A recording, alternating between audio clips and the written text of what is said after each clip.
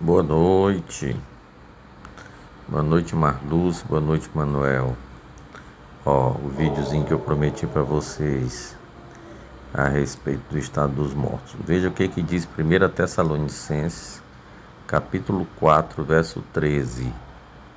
Ele diz assim, Não queremos, porém, irmãos, que sejais ignorantes acerca dos que dormem, para que não vos entristeçais como os outros que não têm esperança. O que Paulo está dizendo aqui? Paulo está dizendo que Deus não deseja que nós sejamos ignorantes acerca dos que dormem. Esse ignorante quer dizer, não tenha conhecimento, não saiba o que acontece com os que dormem. Quando a Bíblia fala essa expressão dormem, ela está relacionando a morte, entendeu? Então ele não quer que a gente não conheça o estado dos mortos. Não há nenhum erro nisso, em saber, de acordo com a Bíblia, qual é a situação dos mortos. O que a Bíblia não aconselha é tentar contato com mortos, até porque eu vou já mostrar para vocês a razão disso. Agora, deixa eu mostrar outra coisa para vocês aqui, em Gênesis, capítulo 2. Verso 15.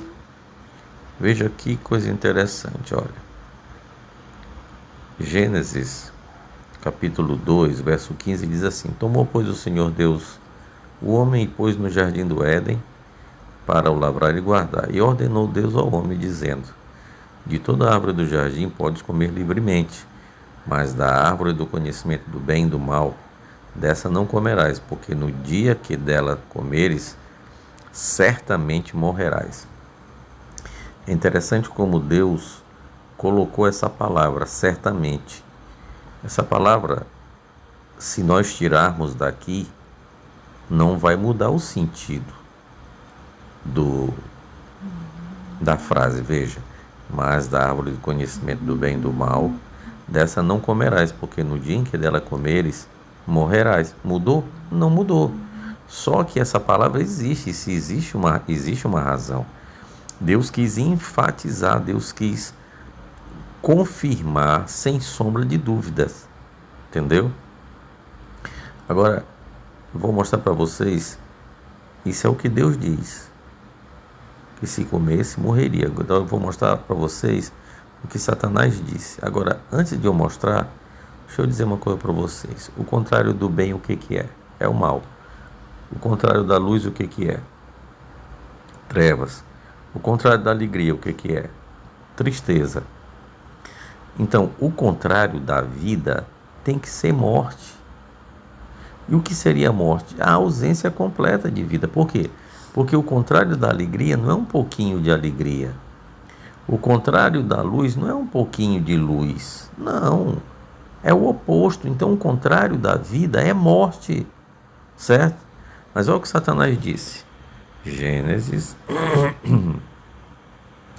capítulo 3. Enquanto Deus diz, certamente morrerás, olha o que Satanás disse. Eu vou ler desde o verso 1. Diz assim: Ora, a serpente era o mais astuto de todos os animais do campo que o Senhor Deus tinha feito. E esta disse à mulher: É assim que Deus disse? Não comerás de toda árvore do jardim? Respondeu a mulher à serpente: Do fruto das árvores do jardim podemos comer, mas do fruto da árvore que está no meio do jardim, disse Deus, não comereis dele, nem nele tocareis, para que não morrais. Disse a serpente à mulher: Certamente não morrereis. Veja que coisa interessante. Satanás, ele não só diz o contrário do que Deus disse, mas ele diz exatamente o contrário. Quando ele usa a expressão certamente, ele está jogando a autoridade dele contra a autoridade de Deus. A pergunta é, hoje, a humanidade acredita mais em quê? Acredita que a pessoa que morreu e acabou? Ou a maioria das pessoas acredita que a pessoa morre, mas evolui, reencarna, está em um outro local, tem consciência do que está acontecendo? Qual é o verdadeiro estado de um morto? Vamos saber? Eclesiastes. Dilma, eu estou gravando. Eclesiastes. Calma aí, deixa eu encontrar ele aqui. Eclesiastes, está aqui. Eclesiastes, capítulo 9. Ó. Verso 5. Olha o que ele diz. Pois os vivos sabem que hão de morrer, mas os mortos não sabem coisa nenhuma, nem tampouco têm eles daí em diante recompensa, porque a sua memória ficou entregue ao esquecimento. Veja, aqui nós temos um dilema. O dilema de crer na Bíblia, né, do que ela está dizendo, porque nem sempre a opinião da multidão é a opinião da Bíblia. Muitos creem que quando morre a pessoa já foi direto para o céu, está gozando dos prazeres do céu, ou outros acreditam que a pessoa que morreu e não era uma boa pessoa já está no inferno, sofrendo e tudo. A Bíblia está dizendo aqui que quem morreu não tem consciência. Ela não pode se alegrar, ela não pode se entristecer, não tem consciência. Agora, aonde estão as pessoas quando morrem? João, capítulo 5, verso 28 e 29, ó. 28 e 29. Diz assim: não vos maravilheis disto, porque vem a hora em que todos que estão nos sepulcros ouvirão a sua voz e sairão, os que tiverem feito o bem para a ressurreição da vida, e os que tiverem praticado o mal para a ressurreição do juízo. Então veja, tanto os bons quanto os maus estão no mesmo lugar, no pó da terra. Só que no momento da morte acontece um fenômeno. Eu vou falar um pouquinho disso, apesar de que vai ficar um pouquinho maior o vídeo, mas é importante, entendeu? Então deixa eu encerrar dessa parte aqui, ó. A Bíblia diz claramente que todos os mortos, bons e maus, estão no túmulo. De que forma? Inconsciente, certo? Agora, o que acontece no momento da morte? Vamos saber? Para a gente saber o que acontece no momento da morte, a gente tem que saber o que acontece quando Deus criou o ser humano. Tá bem aqui, ó. Gênesis 2, verso 7. E formou o Senhor Deus o homem do pó da terra e soprou-lhe nas narinas o fôlego de vida, e o homem tornou-se alma vivente. Vamos lá. Para que o homem passasse a existir, foram necessários quantos ingredientes? Pó da terra e fôlego de vida. A junção do pó da terra com o fôlego de vida, a Bíblia diz que dá ao homem vida, certo?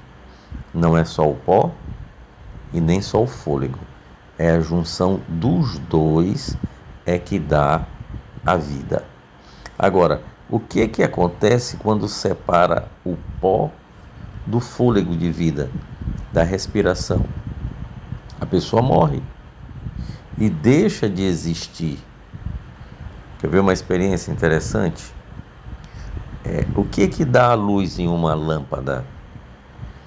É a energia ou é a lâmpada? O que produz a luminosidade? É a energia? É a lâmpada? Algumas pessoas dizem, é a lâmpada. Tá, então bota a lâmpada sem energia. A outras dizem, não, é energia.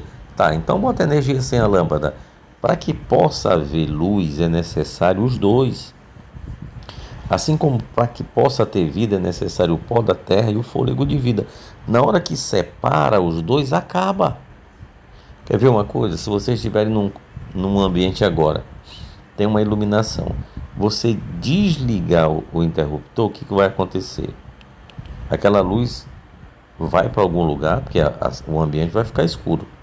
Ela vai para algum lugar? Não, ela não vai para lugar nenhum, ela acaba simplesmente. Ela acaba simplesmente.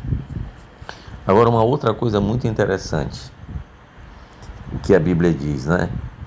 E o homem tornou-se alma vivente. Veja, o inimigo quer colocar na mente da gente que nós temos uma alma e que essa alma sai do corpo com consciência, entendeu? E ele tenta incutir isso até na cabeça das crianças através de desenhos animados, novelas, filmes e tudo. Mas a Bíblia está dizendo que o ser humano é uma alma vivente, certo? Ele não tem uma alma que sai quando ele morre, ele é. A junção do pó e do fôlego de vida faz desse homem uma alma vivente, tá bom? Eu não vou me estender muito para não ficar cansativo para vocês, tá bom? Fiz esse vídeo aí com todo carinho, cheguei agora do trabalho, entendeu? Mas eu fiz com todo carinho para vocês, tá bom? Que Deus abençoe vocês e qualquer coisa eu tô aqui.